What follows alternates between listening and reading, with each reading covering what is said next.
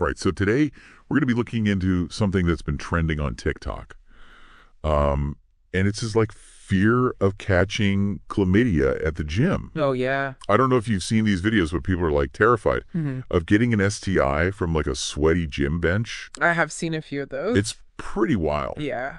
But I mean, like, gym hygiene is like a real concern, right? Yeah, absolutely. So we're going to try to like separate fact from fiction here Yeah. and like give you the knowledge you need to like actually navigate the gym safely. For sure. So we have this article from Healthline, Hmm. and then we also have a bunch of comments that we pulled from TikTok, Yeah. which are always interesting to look at. Yeah. But yeah, we're going to like use these to really deep dive into this topic. So hopefully you'll feel more confident after this about going to the gym. Yeah, definitely.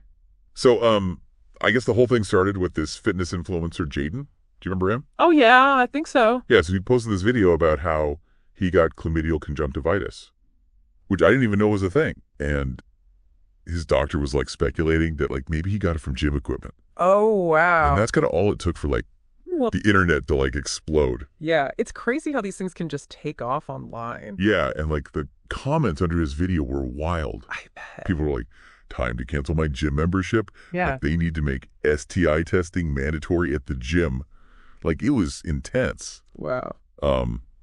But I get it, you know, like gyms are like full of people sweating and sharing equipment. Right. So it's natural to be like a little concerned about hygiene. For sure. And I think, when it comes to STIs especially, people tend to be extra cautious, Yeah, which is understandable. totally. Yeah. But like, is this fear actually justified? Well, so let's talk about chlamydia for a second. Okay. So, like, chlamydia bacteria are actually pretty fragile outside the human body. Like, they need a warm, moist environment to survive. So like mucous membranes. Exactly. They don't really thrive on surfaces like metal or plastic. Okay, so like even if someone That's skipped amazing. underwear and left like a little something behind on the equipment, Sure. and then you like wiped your face with a towel that touched that, like you Mhm. wouldn't get chlamydia. I mean, the chances of that happening are, like, extremely slim. Really? Yeah. Like how slim are we talking? Like winning the lottery slim. Oh, wow. Yeah. There's this doctor, Dr. Suzanne Wiley. She's like an expert in infectious diseases. And she basically said that even in that like extremely unlikely scenario, the risk would be negligible because chlamydia needs direct contact with mucous membranes to infect you. Okay, that's a relief. Right. But I can see why people are like freaking out. Oh, yeah, for sure. Like gyms are like, yeah, for sure. I don't know, they just seem kind of germy. Yeah, I get it. Like it's not just about chlamydia. Right. Like what about other stuff? Well, and there are definitely other risks at the gym, Okay. like things like athletes, foot, ringworm, staph infections. Even HPV can spread through skin-to-skin contact. So it's Right. not like gyms are completely risk-free, Right. but the chlamydia fear is probably a little overblown. Okay, so chlamydia, not so much, but like other infections, definitely possible. Exactly. Okay, what about like the common cold? Because I feel like I always get sick after going to the gym. Yeah, you're not alone. Gyms are like breeding grounds for viruses, Mm-hmm. especially during flu season. Oh, for sure. So it's really all about understanding like how these different types of infections spread, Oh, bacterial versus viral, Mhm. and like what we can do to protect ourselves. right, it's a good point. So I guess that brings us to like the next part of our deep dive. Like, what are those preventative measures? What can we actually do to stay healthy at the gym? Yeah, let's get into that. So the good news is you can actually like drastically reduce your risk Yeah. of picking up anything nasty from the gym just by like practicing some basic hygiene habits. Okay, so like, what's the number one rule of gym hygiene? Well, I mean, it might sound obvious, Yeah. but wiping down the equipment before and after you use it is like super important. Yeah, for sure. And Yeah. like, I'm not talking about just like a quick swipe with your sweaty hand. Like, you really got to use those disinfectant wipes that they provide at the gym. Yeah, those wipes are like your best friend at the gym. Mhm. Like they're not just there for decoration. Use them on everything. Like weight benches, machines, Yeah. dumbbells, yoga mats. Like Right, yeah. everything. Right. And don't forget about like the treadmill handles and the buttons on the elliptical. Like, Yeah. think about how many sweaty hands touch those things every day. Ugh, it's kind of gross when you think about it. Yeah. Okay, so wipe down, wipe down, wipe down. What else?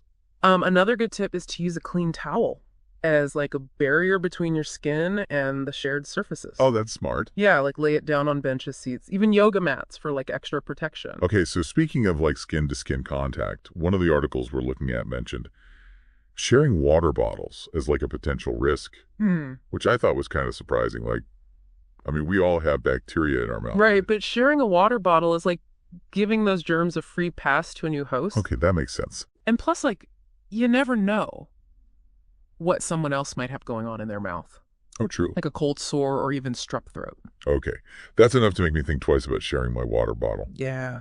So wipe down equipment, use a towel barrier, no swapping saliva. What about hand washing? Oh, yeah. Hand washing is like your first line of defense against all sorts of infections, not just at the gym, but like everywhere. Yeah. So wash your hands thoroughly with soap and water for at least 20 seconds before and after your workout, especially after touching shared equipment or using the restroom. And don't forget about those hand sanitizer stations. They're like a lifesaver if you can't get to a sink right away. Oh, yeah, for sure. And here's a tip you might not have considered.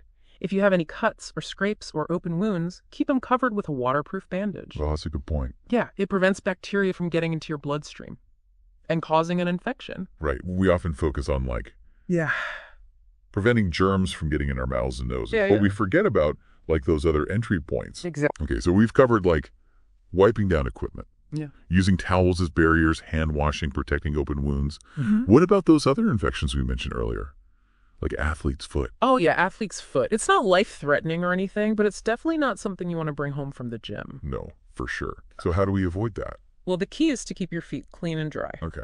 So always wear flip-flops or shower shoes in the locker room and shower area. And like avoid walking barefoot, even for a second. Really? Yeah, that damp environment is like a breeding ground for the fungus that causes athlete's foot.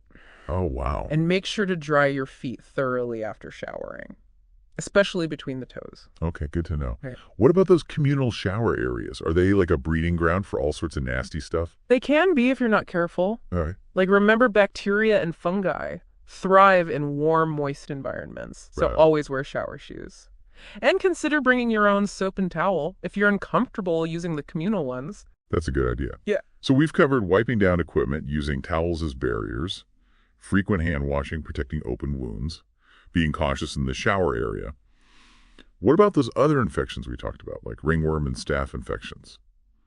Are those preventable with like similar measures? Yeah, for the most part. But there are some specific things to keep in mind with those. Okay. So let's start with ringworm. Okay, ringworm, what is that exactly? So ringworm. Despite its name, ringworm isn't actually a worm. It's a fungal infection that can affect the skin, scalp, and nails. Huh, interesting. Yeah, and it's highly contagious. And it often spreads through like direct skin-to-skin contact or contact with contaminated surfaces. So like at the gym, how could you get it? Well, think about like wrestling mats, shared yoga mats, or even those benches in the locker room. Oh, yeah. If someone with ringworm has been in contact with those surfaces, you could potentially pick it up, especially if you have any open cuts or scratches. Okay, that makes sense. So like avoiding direct contact with those surfaces. Yeah. And using a towel as a barrier would be helpful. Exactly. And all those same hygiene practices we've been talking about apply here too. Wiping down equipment, washing your hands thoroughly, Yeah. and not sharing personal items like towels or hairbrushes. Right, right. Okay, what about staph infections? Those sound a lot scarier than athlete's foot or ringworm. Yeah, staph infections are caused by bacteria, specifically Staphylococcus bacteria, that actually live harmlessly on many people's skin. Oh, really? Yeah, but if they get into a cut or stipe, they can cause an infection. Oh, wow. And those infections can range from like mild skin infections to more serious conditions like pneumonia or bloodstream infections. So if you have an open wound, like going to the gym could be risky? Well, it's not necessarily risky if you're careful. Okay. Like covering any cuts or wounds with a bandage is essential. And again, those basic hygiene practices we keep coming back to, washing hands, cleaning equipment, they play a huge role in preventing staph infections. Right, so good hygiene isn't just about avoiding one specific infection. It's about like minimizing your risk of encountering a whole range of potential problems at the gym. Exactly. Think of it as a holistic approach to health and wellness. You're taking control of your environment and making choices that support your well-being. Yeah, I like that. So we started this deep dive with this like viral TikTok trend about chlamydia, which, as we've learned, is highly unlikely to be spread through gym equipment. But by exploring that myth, we've uncovered a wealth of information about other very real risks and how to mitigate them. Yeah, it's a great example of how like critical thinking and a healthy dose of skepticism Yeah. are so essential in this age of information overload. Oh, for sure. Like, don't just blindly accept everything you see on social media. Do your research, look for credible sources, and if you're ever in doubt, consult with a healthcare professional. That's great advice. This whole conversation has been so enlightening, and I hope you at home feel empowered to make informed decisions about your gym hygiene. Remember, the gym should be a place where you feel good, both physically and mentally. Absolutely. Don't let unfounded fears hold you back from achieving your fitness goals. Just be smart, be hygienic, and enjoy your workout. Great advice. So on that note, I'm going to leave you with something to ponder. We've explored the unexpected world of germs at the gym, but where else might we encounter infectious agents lurking in our everyday lives?